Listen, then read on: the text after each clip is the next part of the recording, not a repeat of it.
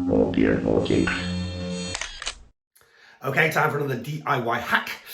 A tip or a hint that can save you time, money and aggravation. So here we are.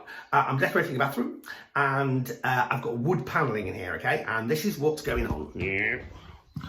See, big gaps. So how am I going to fill those gaps? Well, there's lots of options. I could use wood filler. But here's the thing, which I don't know why, I hadn't heard of it for years, which is crazy. But once you discover it, it's like, oh my gosh, wow. It's called Decorators Caulk. Now, you may have come across this. There it is, Decorators Caulk, quick drying, so Decorators Caulk. And what it is basically, it's kind of like a sort of variety of filler, but it's really good because it's really flexible and it dries really quickly. So it comes in one of these gunny things, okay? That's a technical term.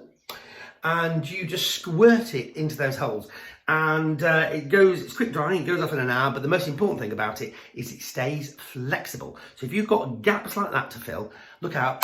Oh, crunch, that's broken that thing. That's another repair. Look out for Decorators Caulk. Oops. Oh dear, oh dear.